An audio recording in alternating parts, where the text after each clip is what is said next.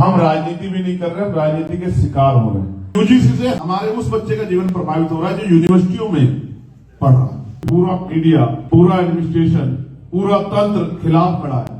प्रधानमंत्री नहीं, सारे मंत्री जाएंगे, आपके पैरों में पड़ जाएंगे। जब चुनाव आता है तो इससे बुरे हालात हो जाते हैं। जिन बस्तियों में जाने के रास्ते नहीं है, जिन बस्तियों में गड्ढे हैं, सीवर का पानी बाहर नहीं निकल पाता, आप लिखो इस बात को अपनी डायरियों में। मैं सिग्नेचर करके जाऊंगा कि अगले 10 साल के अंदर भारत की लाल किले की प्राचीर से एक अम्बेडकरवादी झंडा फहराएगा देश के प्रधानमंत्री होंगे। बाबा साहब ने कहा है कि मैं किसी भी समाज की तरक्की उस समाज में रहने वाली महिलाओं की तरक्की से मापता हूं। तो हम कैसे पीछे जा सकते थे? हम तो सबसे बड़े आगे बढ़ के वोट करते, लेकिन महिला रिजर्वेशन 33%, ये तो 2023 में ही पास हो चुका है। आंख बंद करके हमारी सीटों को, हमारे अधिकारों को खत्म करना चाहते, ये तो नहीं स्वीकार हो सकता। इसलिए हमने उसका विरोध किया बिल का। और जो भी संविधान के विरोध में बिल आएगा, हम लोग उसका विरोध नहीं करेंगे। सिर्फ पार्लियामेंट में नहीं, सड़क पे भी विरोध करेंगे और कोशिश करेंगे सरकार को हरा के उनके घुटने टिकवा दें, क्योंकि हम डॉक्टर बाबा साहब को मानने वाले हैं।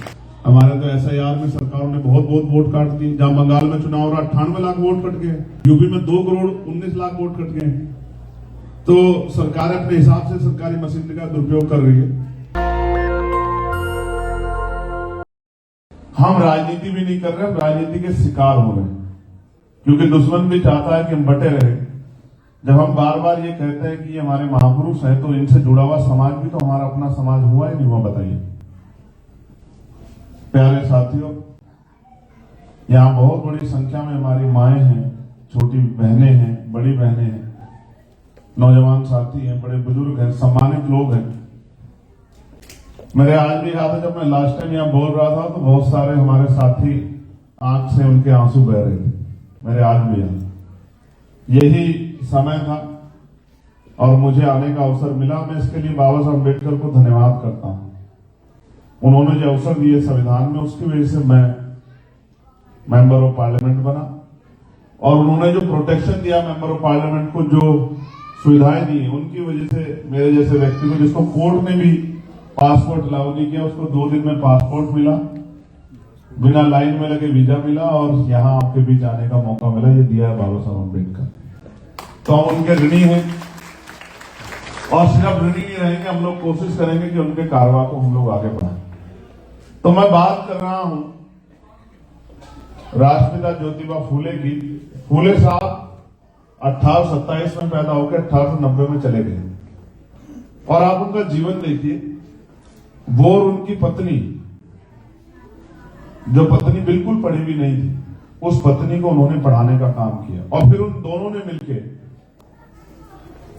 समाज की महिलाओं को, बच्चियों को पढ़ाने का काम किया, बेटियों को पढ़ाने का काम किया। जब उन्होंने पहला स्कूल खोला, ये बड़ा आश्चर्यचकित करने वाला इंसिडेंट है कि उनके पहले स्कूल में 6 बच्चियां पढ़ रही है, जिनमें से 4 ब्राह्मण समाज की, एक मराठा समाज की, एक शेड्यूल कास्ट की। 6 में से। इसका मतलब ब्राह्मण समाज की महिलाओं को भी शिक्षा का अधिकार उस समय नहीं था। इसका मतलब वर्ण व्यवस्था में, जाति व्यवस्था में जो लोग सबसे ऊंचे पायदान पे जिन्होंने अपने आप को रखा है, उन्होंने भी महिलाओं को, जो अपने घर की महिलाएं थी, अपने परिवार की महिलाएं थी, उनको भी सम्मान देने का काम नहीं किया। उनको भी अगर सम्मान देने का काम किया तो वो उन्हीं महापुरुषों ने किया जिनको मानवता का रास्ता पता है, जो मानवता को मानने वाले हैं, जो मानवता के रास्ते को आगे बढ़ाने वाले। तो 1890 में चले गए हैं फूले। 91 में बाबा साहब इस दुनिया में आए। तो बाबा साहब ने फूले जी को देखा नहीं है। जैसे आज हम बैठे हैं, मुझे आप सुन रहे हैं, ऐसे नहीं सुना उन्होंने उनको। उस समय की फूले साहब की, तो उस तरह की वो वीडियो मिलती नहीं, उस तरह की, उस तरह नहीं था, मतलब उस तरह की तकनीकी सुविधाएं नहीं थी। उनकी तो किताबें हैं, गुलाबगिरी और इस तरह की, जो उनका वो है सत्यशोधक समाज का जो पूरा लिटरेचर है, वो बताते हैं उसमें पूरी व्यवस्था को कि क्या व्यवस्था क्या है। तो जब बाबा साहब आ गए, तो बाबा साहब पे जब मैं बात कर रहा था, उनका जीवन बड़ा लंबा। पहले एक बाबा साहब हैं जिनको हम नहीं जानते हैं, नहीं समझते हैं। वो बहुत छोटे हैं, परिवार अभाव में हैं, गरीबी में हैं, पढ़ने के लिए अपमानित हो रहे हैं, स्कूल में बैठने नहीं दिया जा रहा है, जगह जगह तिरस्कार हो रहा है। फिर उनको स्कॉलरशिप मिल रही है, वो पढ़ने के लिए जा रहे हैं, अमेरिका आ रहे हैं, कोलंबिया यूनिवर्सिटी में।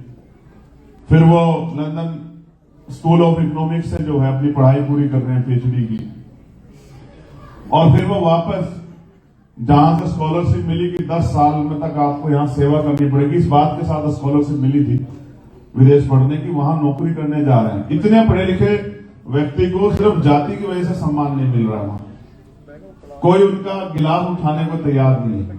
उनको एहसास हो रहा है कि देश में कोई वैल्यू नहीं है पढ़ाई की, कोई वैल्यू नहीं है आपके पास तकनीकी ज्ञान कितना है, बस आपकी जाति ही आपके लिए सबसे बड़ा पैमाना है। तो ये बात उनको महसूस होती है कि भाई ये अच्छी बात नहीं है, मुझे अपने जीवन में इस गुलामी की बेड़ियों को काटना है। और फिर इतना लिटरेचर है बाबा साहब का वॉल्यूम्स के रूप में और हर फील्ड में, चाहे वो जब हमारे यहां नोबेल मिला एक बहुत बड़े अर्थशास्त्री, उनको पूछा गया कि आपके गुरु कौन है, तो कहते हैं कि इकोनॉमिक्स में मेरे गुरु डॉक्टर बाबा साहब अम्बेडकर है, जिनको नोबेल पुरस्कार मिला, वो कह रहे हैं। चाहे आरबीआई की स्थापना हो, उसमें बाबा साहब का बहुत बड़ा योगदान है, रिजर्व बैंक ऑफ इंडिया। चाहे भाखड़ा नागल बांध, उसमें बाबा साहब का बहुत बड़ा योगदान है। और महिलाओं को लेकर तो स्पेशली मैं मानता हूं कि महिलाओं के मुक्ति के रास्ते में अगर सबसे बड़ा योगदान किसी का है तो राष्ट्रपिता ज्योतिबा फूले, मां फातिमा शेख, मां सावित्रीबाई फूले के बाद वो बाबा साहब अम्बेडकर का है। उनका मैं समझता हूं कि अगर महिला कितना भी कोशिश करे उनका ऋण चुकाने की, उनका ऋण नहीं चुका सकती। इस बात को भी मैं और आगे खोल के बता दूंगा कि क्या योगदान है बाबा साहब अम्बेडकर का। तो बाबा साहब मजदूरों को 12 घंटे की जगह 8 घंटे काम दिला रहे हैं, यानी कि मानवता की सेवा करते हुए उनके जीवन को सरल बना रहे हैं। वो बाबा साहब हैं जो महिलाओं को मैटरनिटी लीव दिला रहे हैं कि जब वो उस दौर से गुजरती है, बच्चा पैदा करती हैं और उनका शरीर उस तरह तैयार नहीं होता उस पीड़ा के समय को, तो बाबा साहब उनको 6 महीने बिना काम किए तनख्वाह देने का प्रावधान, आरामदायक जीवन देने का प्रावधान करके जा रहे हैं। और बाबा साहब अपने जीवन के अंतिम समय में जब कानून मंत्री पद से इस्तीफा दे रहे हैं, तो महिलाओं को जब बराबर का अधिकार नहीं दिला पा रहे तो इस्तीफा दे रहे हैं। ये है बाबा साहब, बहुत बड़ा कद है बाबा साहब का। लेकिन मैं ये किस्सा आपके सामने रखना चाहता हूं, पंजाब का बड़ा योगदान। जब मैं आता हूं तो पंजाब, मुझे पूरा पंजाब दिखाई देता है। जब आपके पीछे के टाइटल्स में सुनता हूं ना, माही, बंगा, सुन्नड़, तो वो सब दिखाई देते हैं, क्योंकि मैं उन लोगों को जानता हूं। कोई फगवाड़े से है, कोई जालंधर से है, कोई लुधियाना से है, कोई होशियारपुर से है। इस तरह से कोई पठानकोट से, मुझे पूरा दिखाई देता है कि भाई पूरा पंजाब यहां मौजूद है। तो मैं आपको भी बधाई देता हूं कि आपने एक चीज को तो साबित कर दिया कि अगर रेस की लाइन एक है तो हम किसी से कम नहीं। ये बात तो आपने यहां आके और अपने आप को अपने पैरों पर खड़ा करके साबित कर दिया। यहां जो सबसे बड़ा काम हुआ है वो आपने अपने बिजनेस और रोजगार के रूप में किया है। मैं जब कल जिस गाड़ी से आया था वो गाड़ी की वीडियो बड़ी वायरल हो गई है, तो मुझे किसने दिखाया कि बहुत वायरल, किसी ने कहा था, आई थिंक रोहित ने दिखाया। तो रोहित ने जब मुझे दिखाया तो मैं उसके कमेंट पढ़ रहा था। गाड़ी में कुछ काम नहीं था तो उसमें कुछ लोग लिख रहे थे, कुछ लोग बड़ी प्यार की भाषा लिख रहे थे। जो और ज्यादा प्यार करते हैं वो ये भी लिख रहे थे कि देखो कितनी बड़ी बड़ी गाड़ियों में घूम रहे हैं। तो मैं सोच रहा था कि मैं कैसे आपका धन्यवाद करूं कि मेरे जैसे छोटे से आदमी को आपने करोड़ों रुपए की गाड़ी में घुमा के जो सम्मान दिया है मैं उसको कैसे चुकाऊं। लेकिन मैं अपने मन में इस बात को वो कर रहा था कि एक दिन ऐसा भारत भी हम लोग बनाएंगे कि वहां भी रेस की लाइन एक होगी और जाति धर्म के आधार पर कोई भेदभाव नहीं होगा, जो हमारे संविधान ने सुनिश्चित किया है। ये हम लोग इसके प्रयास में लगे हुए हैं। इससे पिछली बार जब मैं आया तो वो इंडियाना पुलिस में हमारे सिंगारा राम जी हैं, सिंगारा राम का नाम, हाँ जी सिंगारा राम, सिंगाराम उनकी गाड़ियां है, वो रोल्स रॉयस में उन्होंने मुझे घुमाया, वो बड़ा वायरल हुआ। और मीडिया ने कहा कि देखिए यहाँ गरीबों के नेता बनते हैं और वहां रॉयल्स रॉयस में घूमते हैं। तो मैं बड़ा मैं मीडिया की शक्ति को समझता हूं। एक्चुअली उनको मेरे रोल्स रोज में घूमने की से दिक्कत नहीं है, उनको दिक्कत यह है कि वो हमारी हैसियत ही नहीं समझते कि हम रोल्स रोज में घूम सकते हैं। वो जाति की वजह से इस बात से नाराज है कि ये इतना कमजोर समाज और इनका अग्रणी, इनका नेता, इनका भाई वहां जाकर रोल्स रोज में घूम रहा है, तो वो अपना दिमाग लगाते हैं, उल्टी सीधी बातें कहते हैं। लेकिन सच ये है, आज नहीं तो कल उनको स्वीकार करना पड़ेगा कि बदलाव होगा। ये रॉयल्स रॉयल्स वहां तक भी जाएंगे इंडिया तक, आप मेरी बात को याद रखना। ये रॉयल्स रॉयल्स ये अभी कौन सी में आए यार, बताओ क्या? कैडिलैक जी, Range Rover I think Range Rover. अच्छा, आज तो रेंज रोवर ये वहां भी जाएंगे, लेकिन हमें वहां भी मेहनत करनी पड़ेगी, बहुत सारे प्रयास करने पड़ेंगे, वहां भी जाएंगे। तो मैं विषय वो बात है जब बाबा साहब कम्युनल अवार्ड लेके इंडिया आ गए हैं और कम्युनल अवार्ड के विरोध में, जिसमें हमें सेपरेट इलेक्टेड और सेपरेट सेटलमेंट मिल गया है मुस्लिम भाइयों की तरह, तो गांधी जी यरावदा जेल में अनशन कर रहे हैं। और पंजाब को मैं इसलिए धन्यवाद दूंगा कि उसके अगेंस्ट में बाबू मंगू राम सिंह मंगूवालिया पंजाब में अनशन कर रहे हैं। तो वो गांधी जी के उस नैरेटिव को, गांधी जी के उस प्रेशर को इधर स्वामी अच्युतानंद जी और उधर बाबू मंगू राम सिंह मंगूवालिया उस प्रेशर को तोड़ने का काम कर रहे हैं। ये दिखाने का काम करें कि अनशन आप ही नहीं कर सकते, हम भी अपने अधिकारों की रक्षा के लिए अनशन कर सकते हैं। उस समय मैं ये महसूस कर सकता हूं कि पंजाब में भी उसी तरह का आंदोलन बहुत तेजी से आगे बढ़ रहा था, जिस तरह का आंदोलन बंगाल में आगे बढ़ रहा था, जिस तरह का आंदोलन महाराष्ट्र में आगे बढ़ रहा था, उसी तरह का आंदोलन पंजाब में भी आगे बढ़ रहा था। इसलिए पंजाब में रेवोल्यूशन पुराना है और पंजाब ने भारत को बहुत कुछ दिया है। एक हीरा है जिनको माननीय काशीराम साहब कहते हैं, उनके रूप में भी तो मैं पूरे पंजाब को भी दिल से धन्यवाद करता हूं। और मैं इस पंजाबियत को, आपके प्यार को, आपकी शक्ति को ऐसे ही आगे बढ़ती रहे, इसके लिए भी मैं प्रार्थना करूंगा कि वाहेगुरु जी, सतगुरु जी आपको चढ़ती कला रखें, खूब हिम्मत दे, खूब इज्जत दे, खूब प्यार दे, खूब कामयाब करें। तो बाबा साहब कहते हैं कि जीवन लंबा नहीं, जीवन महान होना चाहिए। आज हम पे गाड़ियां हैं, बड़े बड़े घर हैं, हम बहुत पढ़े लिखे हैं। मैंने सबको सुना, मैं इस बात को कहता भी हूं कि एजुकेशन बहुत इंपॉर्टेंट है, लेकिन क्या एजुकेशन ही इंपॉर्टेंट है? मैं कहता हूं समाज का कोई व्यक्ति बहुत पढ़ लिख लिया, बहुत बड़े पदों पे चला गया, उसके अंदर सामाजिकता नहीं है, वो सोशल रिस्पॉन्सिबिलिटी को नहीं समझता है, वो पे बैक टू सोसाइटी को नहीं समझता है, और वो उस पद पे बैठ के अपने गरीब समाज के लिए कुछ नहीं करता, उनका हाथ नहीं फटता है। तो क्या वो व्यक्ति समाज में अपनी ड्यूटी को अदा कर रहा है? आप अपने मन से पूछ के देखिए। जो बाबा साहब द्वारा किए गए संघर्ष का फल लेके आज यहां हो या देश के उस कोने में हो या कहीं भी हो, एक अच्छी जगह को, एक इंपॉर्टेंट जगह को, एक की पोस्ट को प्रेजेंट कर रहा है, और वो अगर बाबा साहब के विचारों से अलग हटके या बाबा साहब के सिद्धांतों को, बाबा साहब का जो विजन था उससे अलग जाके काम कर रहा है, तो क्या समाज के लिए किसी काम का है? मैं इसको और ब्रीफ कर देता हूं और इसको आसान कर देता हूं समझने के लिए। कोई व्यक्ति बहुत पढ़ा लिखा है, बहुत बड़ा बिजनेसमैन है, बहुत बड़ी गाड़ी साधन संसाधन के पास है, लेकिन वो अपने गरीब समाज की कोई मदद नहीं कर रहा है, तो समाज में क्या उसका सम्मान बहुत ज्यादा हो सकता है? क्या आप मुझे बताओ जोर से, हो सकता है क्या? नहीं। क्यों? क्योंकि समाज में उन्हीं का सम्मान होता है जो समाज को कुछ देते हैं। समाज से लेने वालों का समाज ने कभी सम्मान नहीं किया है। यहां भी बहुत बड़े बड़े लोग होंगे, लेकिन जो समाज के बीच में नहीं रहता ना, समाज उससे मुंह मोड़ लेता है।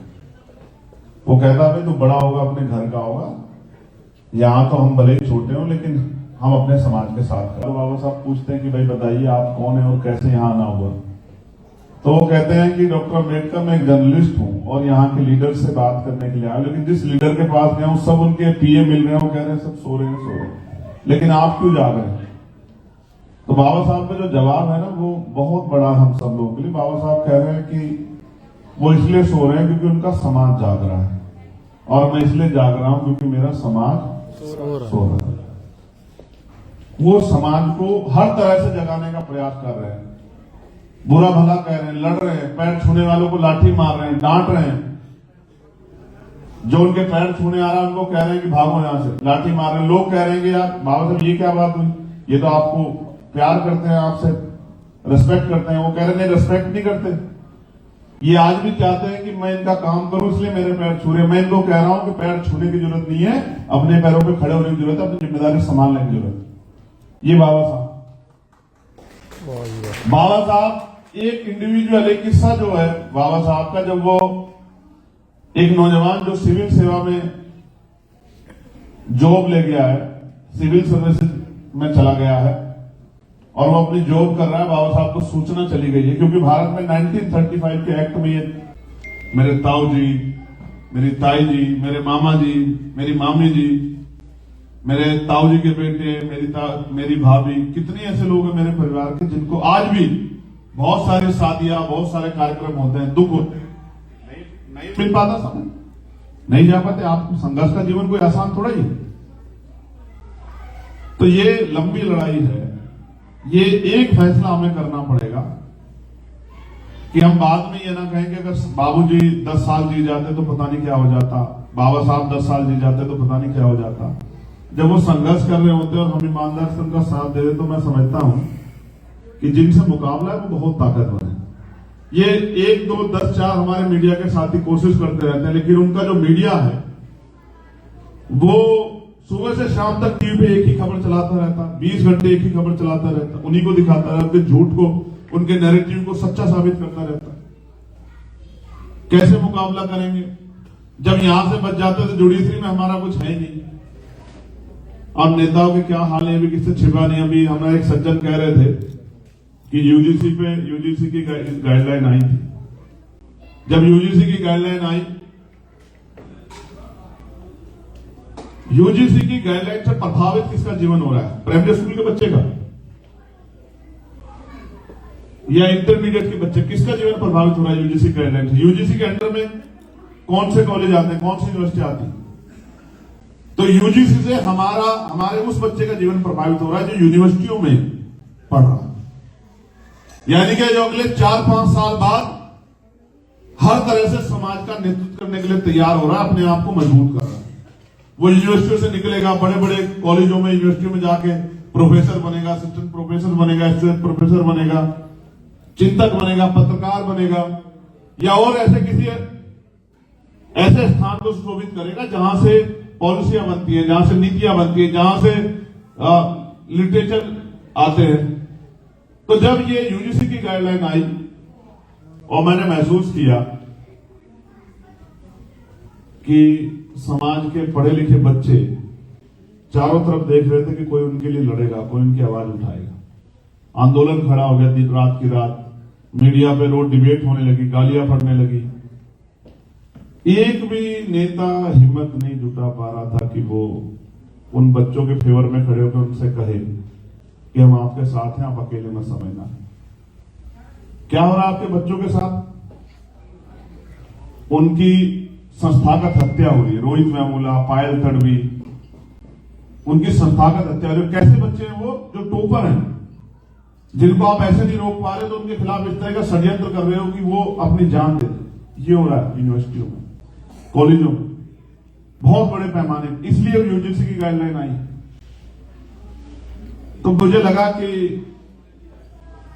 अगर मैं इस लड़ाई में उतरा तो मुकाबला बड़ा कठिन हो जाएगा, क्योंकि पूरा मीडिया, पूरा एडमिनिस्ट्रेशन, पूरा तंत्र खिलाफ खड़ा है। मगर फिर बात वही है कि भाई अब उनकी खिलाफत देख के क्या लड़ना बंद कर दिया जाए या लड़ा ना जाए? तो बहुत जोर शोर लड़ाई हुई, आंदोलन हुए, दिल्ली में डिबेट्स हुई। और आप विश्वास करो, मेरी डिबेट सुनना उस समय की, जो अपने आप को बड़े बड़े जर्नलिस्ट कहते हैं, मैंने उनको उन्हीं के टीवी चैनल पर बैठ के इस तरह से संवैधानिक रूप से नैतिकता के आधार पर इस तरह से अपनी बात को रखा कि उनके पास जवाब नहीं था।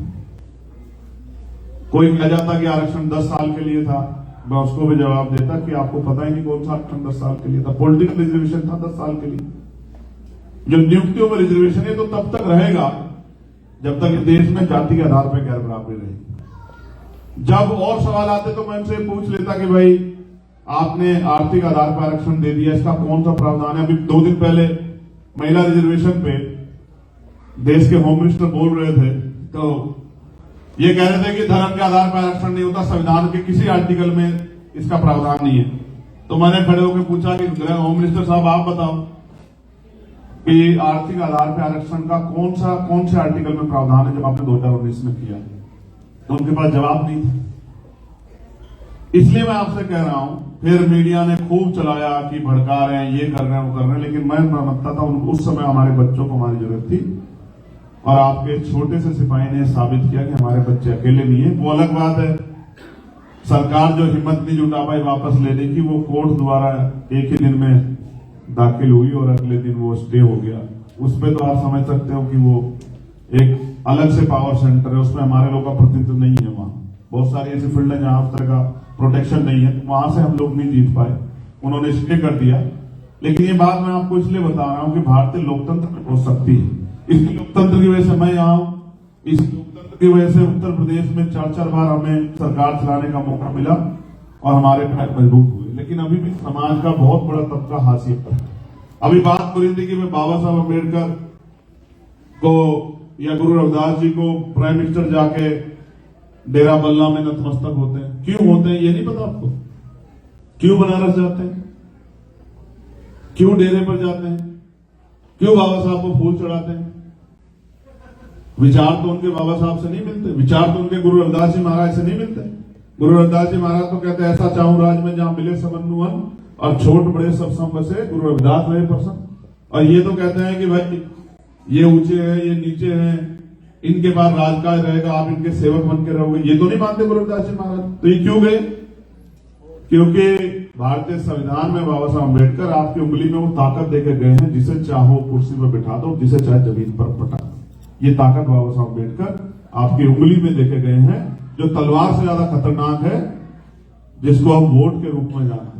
इस वोट को आपसे लेने के लिए प्रधानमंत्री नहीं, सारे मंत्री जाएंगे, आपके पैरों में पड़ जाएंगे। जब चुनाव आता है तो इससे बुरे हालात हो जाते हैं। जिन बस्तियों में जाने के रास्ते नहीं है, जिन बस्तियों में गड्ढे हैं, सीवर का पानी बाहर नहीं निकल पाता, नाक बंद करके लोग घुसते। चुनाव के समय बस्तियों में भी लोग जाते हैं, बड़े बड़े नेता। हमारी बहनों से जिनके पैरों में चप्पल नहीं है, हाथ फटे हुए, काम करने से, मजदूरी करने से फट गए, पैर फटे हुए, उनके पैरों पे हाथ लगाते हैं और कहते हैं चाची मेरे सर पे हाथ रख दो, मैं आपकी तकलीफ दूर करूंगा, मैं आपके हालात बदल दूंगा, विकास कर दूंगा। यही तो शक्ति है ना, ये जो बाबा साहब पे देखे। जिस दिन ये वोट का अधिकार हमसे चला जाए, क्या होगा उस दिन हमारी हालात? क्योंकि 75 साल 80 साल में तो नहीं बदल पाई सरकार।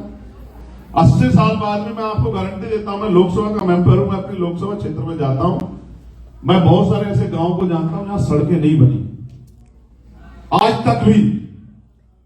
प्रधानमंत्री आवास योजना चल के आज घर बनने का काम हो रहा है। मैं सिद्धार्थनगर गया, जहां तथागत बुद्ध का परिनिर्वाण, वो तथागत बुद्ध की जन्मस्थली है सिद्धार्थनगर। मैं वहां गया तो मैं अचरज में पड़ गया, और ये बात है 2022 की। मैं जिस गांव के बाहर को निकलता, महिलाएं लोटा लेके खड़ी, शौचालय नहीं है। मैं मन में सोच रहा हूं कि ये क्या है? ये है जिसको विश्वगुरु भारत कहा जा रहा है कि जिस बहन बेटियों को देवी की तरफ पूजते उनको सम्मान से अपने अपने जीवन को आगे बढ़ाने का अधिकार नहीं है। क्या दिया सरकारों ने? बस रिजर्वेशन की नौकरी, वो भी एक क्लास 1 में पूरी नहीं हो पाई, अब तक क्लास 2 में पूरी नहीं हो पाई, क्लास 3 में पूरी नहीं हो पाई। इतना बैकलॉग है, 5 लाख से ज्यादा का बैकलॉग है। देखो, आप पॉलिटिकल पावर को नहीं समझ पाए हमारे लोग। बाबा साहब ने पॉलिटिकल पावर हमें इसलिए दी क्योंकि वो जानते थे कि जिन्होंने सदियों से डिस्क्रिमिनेशन किया वो आपको कुर्सी पर नहीं बिठाएंगे। संविधान में बाबा साहब ने सबको बराबरी की बात कर दी है, लेकिन मन से किसने स्वीकार नहीं किया कि लोग बराबर हैं। आज भी अंतरजातीय विवाह करने पर हत्या हो जाती है, कत्लेआम कर दिया जाता है। इसलिए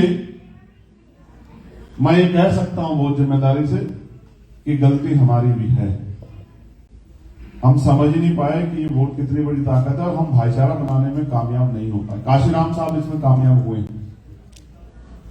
लेकिन उनके बाद बहुत कामयाबी नहीं मिली।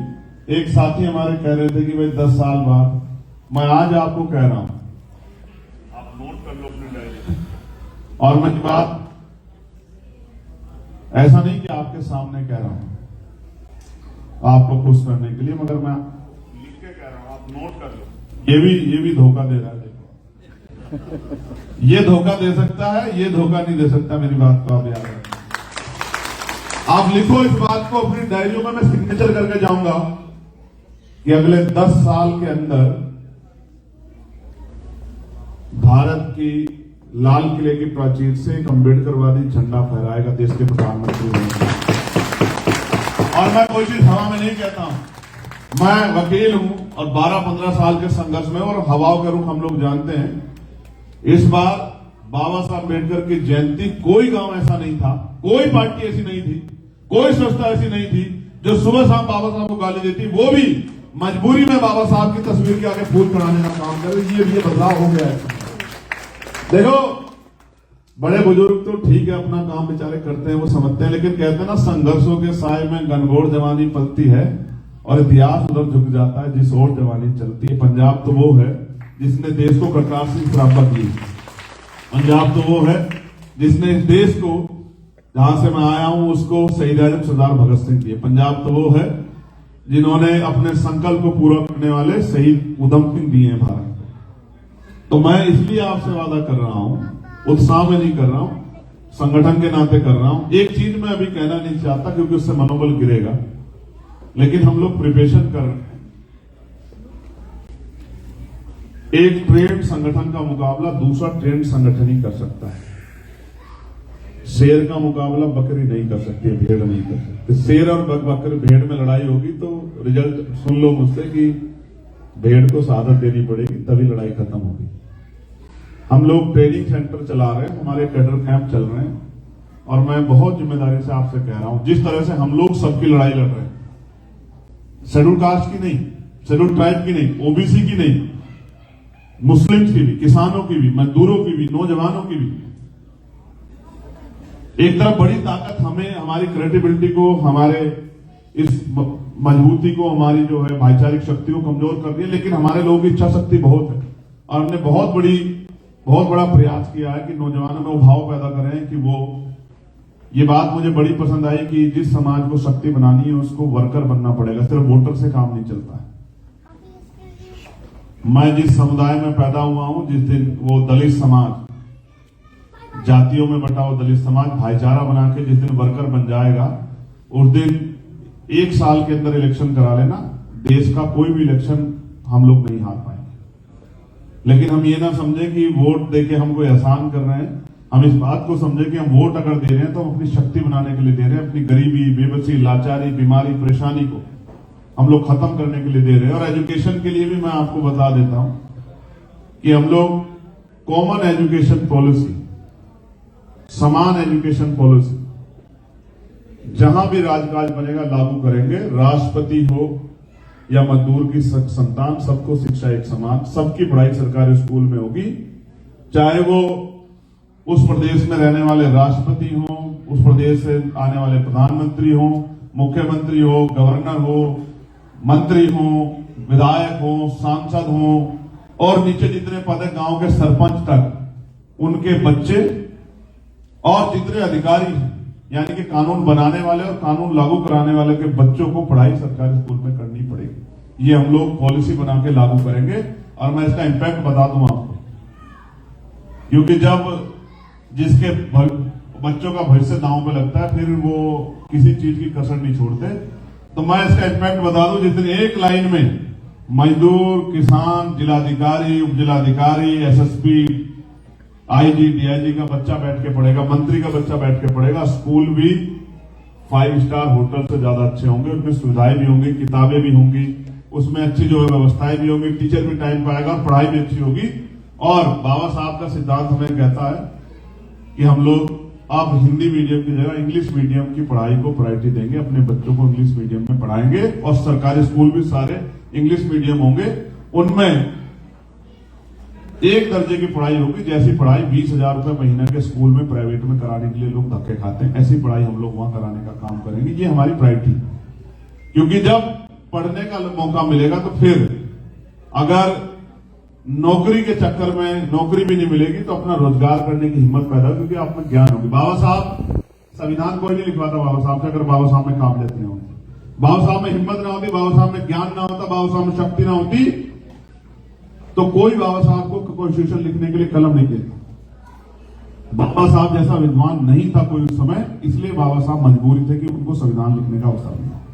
इसलिए हम लोग अपने अंदर काबिलियत पैदा करेंगे, हम लोग हाथ फैलाना बंद करें, हम लोग मुट्ठी तान के अपने अंदर हिम्मत पैदा करें, अपने अंदर ज्ञान पैदा करें। हम ज्ञान में भी किसी पीछे न रहे और लीडरशिप करने से भी किसी पीछे न रहे। चाहे पंचायत का मामला हो या प्रधानमंत्री का मामला हो, हम हर पद को अपने हाथ में लेने के बारे में सोचे। सुबह शाम जिस तरह एक अलग जगह के मान्यवर काशीराम साहब ने हमें ऐसा भाव पैदा कर दिया था कि चाहे वो रिक्शा चला रहा हो या पान का खोखा लगा रहा हो या किसी जमींदार के खेत में काम कर रहा हो, हर आदमी ये सोचता था कि हमें सत्ता हड़पनी है, सत्ता अपने पैरों में लेके आनी, सत्ता अपने कदमों में लेके आनी। ये भाव समाज में पैदा किया था काशीराम साहब ने।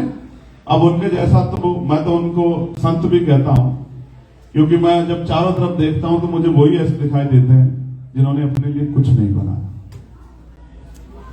2 गज जमीन नहीं रखी, कोई प्रॉपर्टी नहीं बनाई, कोई बैंक अकाउंट नहीं बनाया, कोई गाड़ी नहीं रखी,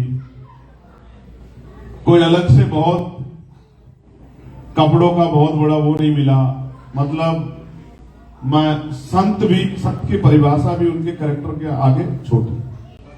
मैं इतना उनको नेता मानता हूं, इतना करीब मानता हूं, मैं कोशिश करता हूं कि कॉपी तो नहीं कर सकते उनको और कॉपी करना भी नहीं चाहिए, बस उनके जो सिद्धांत है उनको पूरा करने की कोशिश कर रहे हैं। हालांकि बड़ा कठिनाईपूर्ण है, क्योंकि जिस समय वो आंदोलन चला रहे थे तो वो एक नारा देते थे कि दूसरों के महलों से अच्छी होती है अपनी झोपड़ी, या आप मालिक हैं अपनी झोपड़ी में।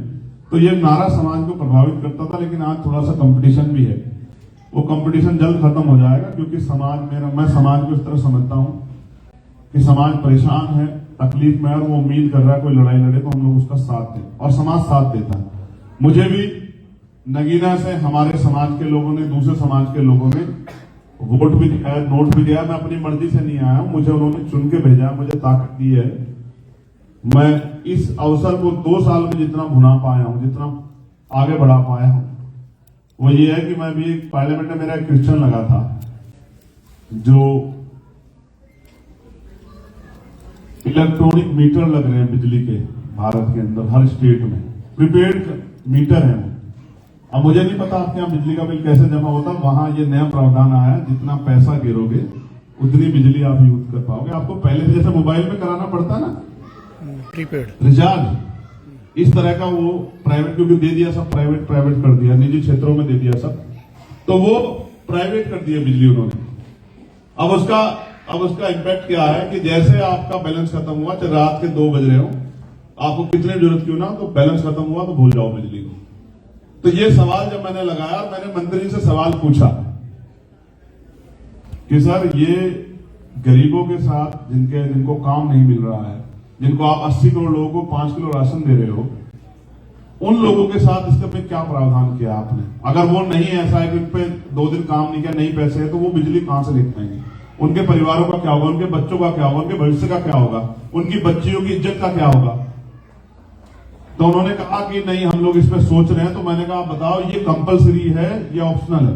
तो मंत्री जी जवाब दिया कि ऑप्शनल है, ये इसके लिए बाध्यता है नहीं, आपको कोई जबरदस्ती नहीं लगवा सकता है। मैंने कहा ठीक है। तो मैंने वो पूरे उसको तत्काल कहा सबको कि इसको घर घर बताओ, सारे अधिकारियों को बताओ कि ऑप्शनल है। उसके बाद मेरी लोकसभा में एक दिन बड़े बड़े अधिकारी चल गए कि मीटर लगाना है, तो लोगों ने कहा कि हमारे सांसद ने तो मना कर दिया है, और मंत्री जी ने कहा तो कहीं नहीं एक बार बात करा दो। तो मैंने उनको कहा मैं क्यों लगा रहे हो?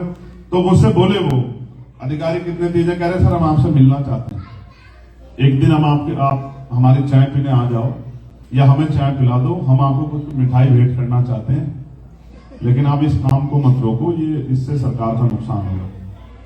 तो मैंने उसे कहा मेरा नाम चंद्रशेखर आजाद है, मिठाई का तो पता नहीं, मगर जूते मत खा लेना। मैंने कहा किसी घर पे अगर मीटर लगा दिया और मुझे खबर आ गई तो मीटर के साथ पूरे क्षेत्र में घुमाऊंगा, ये बात अच्छी तरह याद रखना। और कल ही जब मैं यहां आया तो मैं आज सुबह अखबार पढ़ रहा था, मैंने लेटर लिखा यहां आने से 2 दिन पहले अपने यहाँ के ऊर्जा मंत्री को उत्तर प्रदेश के कि आप जवाब दीजिए, सेंटर की सरकार कह रही है, हमारे यहाँ कॉन्स्टिट्यूशन में रूल है कि अगर 2 स्टेट गवर्नमेंट और सेंट्रल गवर्नमेंट ने कानून बनाए हैं तो सेंट्रल गवर्नमेंट को ये पावर है कि उनके कानून को प्रायोरिटी दी जाएगी। तो सेंट्रल गवर्नमेंट ये कह रही है, केंद्रीय सरकार ये कह रही, बिजली विभाग ये कह रहा है कि भाई ये ऑप्शनल है तो आप जबरदस्ती क्यों लगवा रहे हो। तो कल उन्होंने लेटर जारी किया कि जबरदस्ती किसी के यहां प्रीपेड मीटर नहीं लगे। तो ये एक व्यक्ति की ताकत से इसलिए हो पाया क्योंकि लोकतंत्र है, यहां हर व्यक्ति को अवसर दिए गए हैं कि वो अपनी बात को मजबूती से उठाए। और जिस बिल की बात आप कर रहे थे वो बिल असल में जैसे ये बोतल है ना, नया रैपर लगा के बेचने का इंतजाम सरकार कर रही थी। सरकार के इंतजाम को हम लोगों ने पकड़ लिया क्योंकि जिस बिल की बात वो कर रहे हैं वुमेन रिजर्वेशन, हम तो बाबा साहब को मानने वाले लोग हैं। बाबा साहब ने कहा है कि मैं किसी भी समाज की तरक्की उस समाज में रहने वाली महिलाओं की तरक्की से मापता हूं। तो हम कैसे पीछे जा सकते थे? हम तो सबसे बड़े आगे बढ़ के वोट करते। लेकिन महिला रिजर्वेशन 33%, ये तो 2023 में ही पास हो चुका है। अब सवाल यह था कि उसको लागू कराने में सरकार देरी कर रही है, वो क्योंकि उसको लागू कराने से पहले शर्त सरकार ने रखी थी कि पहले हम कास्ट सेंसस कराएंगे, फिर हम लोग डीलिमिटेशन कराएंगे, देन हम लोग इसको लागू करेंगे सीटें बढ़ाकर। अब वो कह रहे हैं कि भाई इनकी जरूरत नहीं है, पिछली जनगणना पे लागू कर देते। इसमें हमारा नुकसान हो रहा है। नुकसान कैसे हो रहा है कि जैसे दिल्ली की आबादी अभी 2.5 करोड़ है, मगर दिल्ली में लोकसभा की 7 सीटें हैं। अब आप ये समझो कि एक सांसद कितने लोगों से मिल सकता है, कितने लोगों की पीड़ा को सुन सकता है। 2.5 करोड़ को आप 7 से भाग कर दो तो आपको पता लग जाएगा कि लगभग 40 लाख से ज्यादा का पे एक सांसद बना हुआ। लेकिन बाबा साहब क्या कह रहे हैं लोकशाही में कि 1 मैन 1 वोट 1 वोट 1 वैल्यू। इसलिए हर एक व्यक्ति की वोट की कीमत बराबर है। इसलिए ऐसा नहीं होना चाहिए कि कहीं पे 50 लाख की कोई लोकसभा है, कहीं पे 10 लाख की कोई लोकसभा है। और हमारे यहाँ उत्तर प्रदेश की बात मैं आपको बता दूं, उत्तर पार्लियामेंट में चर्चा आपने सुनी, ये बात किसने नहीं की होगी। सब लोग कह रहे हैं कि दक्षिण भारत को नुकसान हो रहा है, लेकिन एक कड़वा सच ये भी है कि उत्तर भारत को भी बहुत बड़ा नुकसान हो रहा है। हमारी उत्तर प्रदेश की आबादी के हिसाब से 2011 में 20 करोड़ आबादी थी और जो रेशो बनाया 14,20,000 पे एक लोकसभा होनी चाहिए। अगर हम उसको 815 से डिवाइड कर रहे हैं, लेकिन हमारे यहां तो 17, 18, 20 लाख लोगों पे एक सांसद है। तो इस तरह से अगर ये बिल पास भी हो जाता तो उत्तर प्रदेश में 120 सीट हो जाती है 80 से बढ़ के, लेकिन बैठती वहां 140 है। पंजाब की भी ज्यादा बैठती है, हरियाणा की भी ज्यादा बैठती है, राजस्थान की भी ज्यादा बैठती है, मध्य प्रदेश की भी ज्यादा बैठती है, झारखंड की, बिहार की, दिल्ली की, उत्तराखंड की ज्यादा बैठती है। तो वो आंख बंद करके हमारी सीटों को, हमारे अधिकारों को खत्म करना चाहते हैं। ये तो नहीं स्वीकार हो सकता, इसलिए हमने उसका विरोध किया बिल का।